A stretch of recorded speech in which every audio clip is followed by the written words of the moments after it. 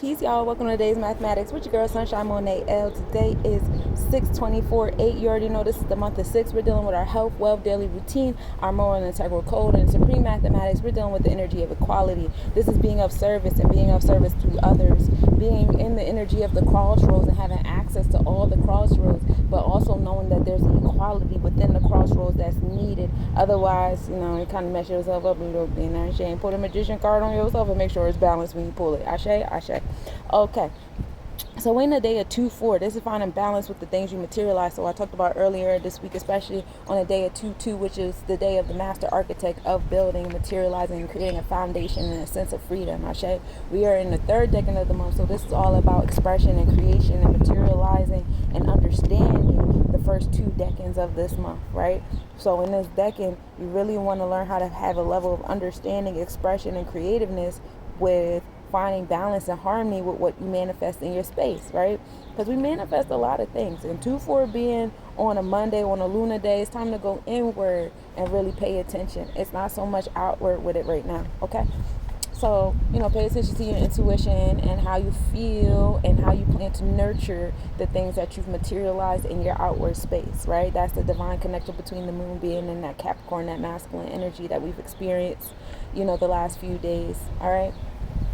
So, that being said, 2-4 come together and they make 6. So we got 2 6s. We got the 6 on 6. A lot of you guys wear multiple hats. A lot of you guys do tap into the crossroads and y'all pull the magician card and you're finding da-da-da-da. So with all those different hats that you wear, it's time to find a sense of balance and equality within all of those hats, right? It's time to find some sense of giving and receiving in all of those hats. Some of them hats got to go away and come back because we eventually them 6 is going to go to 8. And 8 is like, get rid of that, add that, get rid of that. So you already know what we do when we going to get to the year. So you might as well just do it now while it's in your power to do it. Some of these hats that y'all wearing doing a little too much. Find balance on these 2 6s in your space with your moral and integral code, your habits and your routine. Be mindful of overindulging, especially for my Mercurians out there, the overthinkers, the overanalyzers, okay? Because y'all have a tendency to use these 6s and fall deeper into it, and that's not what we're doing. It's the organized self-management and organization is key here. It's because those 2 6s come together and they make knowledge and wisdom, and that's what you're going to get when you're doing that self-organization and self-management and really tapping into that Virgo, Gemini, Mercurial energy of, all that vibe, the speaker, the parima, the prophecies, all that stuff. That's what we're doing here. Knowledge and wisdom always come together and make understanding. So you got the Holy Trinity happening here today once you really pay attention to your daily routine and your health and how well you are and what you want to do with your moral code and what you want to learn and what you want to teach about and all these different things. So really tapping into that. Once you start getting them aha moments and you feel yourself comfortably expressing those things, you gonna say it with your chest, because we're gonna take that 3 and we're gonna put it into the year of 8. We know 8 is the year of building and destroying. We're in the year of the dragon, okay? This is the year of the solar plexus chakra and Oya energy. It can be extreme, but it's all about currency in the waters. Oya rolls over the marketplace, the elders and the witches. This is the energy of occultism, a lot of gossiping and secrets coming out in this year of 8. So that's why you see a lot of the things on the screens the way you see it. All of these stars, these celebrity stars, they're ruled by, these EMFs. So, as above, so is below. So while you see all that stuff going on above us in the stars, well, it's not above us, it's outer space, not upper space. But as you see, all these different things going on, is people being manipulated down here on this level. They're under that power, that EMF of those stars. So you see them acting out a lot of this year of 8, a lot of this transformation, a lot of death going on, a lot of cultism coming out, whether they're in alignment with Maya or out of alignment with Maya. They're coming up to the forefront. A lot of marketplaces on to the forefront. Are they in alignment with Maya? We're on the spectrum. It's not about karma of good or bad. It's more so realignment. What different transformations need to happen for us to be realigned to where the universe needs us to be, to stay afloat, to stay in function, to stay in cycle and stuff like that. And it's not what we've been doing. So you're going to see a lot of things going away. We have a beautiful generation of Pluto and Scorpio folks coming to move this shit away, and a beautiful generation of Pluto and Sagittarius folks coming in to bring in the new wisdom and from the oracles and the sages in this space. All right, because Pluto is definitely a space of power. So that 3 and 8 come together. You already know it's my favorite number. It's 11. Today is a day of mastery, y'all.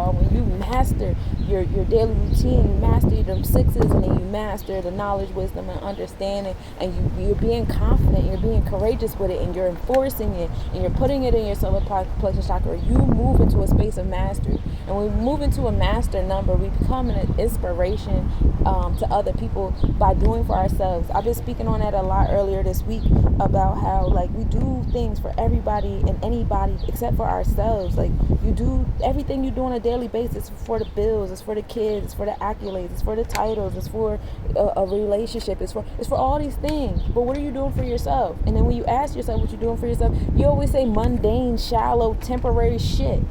It's not nothing that like really consumes you. This is your life. This is your journey. You only get this life. Yeah, your energy gets recycled, but right here, right now, this is the only time you're gonna be you here now. Unless you got one of them 57-second rings. But then even then, it's only 57 seconds. So, do it right. The fuck? Why would you even want to play around with this? You know what I'm saying? So we come into this energy of mastering. We're mastering all of these things, and we're saying it with our chest, and we feel confident and empowered with it. So overall, today's a day of 11, and it's also a day of 2, mastering and harmony and justice and balance. Peace, how you doing? Harmony and justice is definitely on the forefront today. And so we move in gratitude on this third decan of the month, this decan of expression and creative and manifesting. And we give praises and thanks that we get to express and create and show in our emotions where we are on that level of mastery today. Okay, so let's talk about what's astronomically happening. We start the day off with a 94% wanting gibbous moon rising at 11:08 p.m. and setting at 7:50 a.m. We are still in Capricorn in the zodiac, so our thought process is still on that manifesting, materializing, initiator, being a hard worker, success and achievement. And when you look at where Capricorn and Saturn and where your root chakra placements are at, like, really pay attention to the motivations of those placements. You know what I'm saying? When you're asking those questions of what do you do for yourself versus what are you doing for others, and is there a sense of equality there, right, for those sixes? We are in Sagittarius in the zodiac, in the constellation energy, even though we're in Cat Vedic. So, still in our happenings, we're still getting some of those aha energies from the Oracle and Sage. And that was just at the beginning of the day. I know the moon is moving, and by tonight, the moon will be somewhere different. I know. Okay, we're in the 11th house with it, so this is the house of social awareness and social justice, and also for those people who are separated from society, like people in hospitals and prisons and jails and boarding schools and colleges and stuff like that. Pay attention to those people. What kind of spaces are we manifesting for them? How are they being served? You know what I'm saying? Because their soul's having a soul experience too. So, keep that in mind as well for some of you guys. Sunrise at 5:31 a.m. and setting at 8:32 p.m. The moon and Pluto were at minimal angle.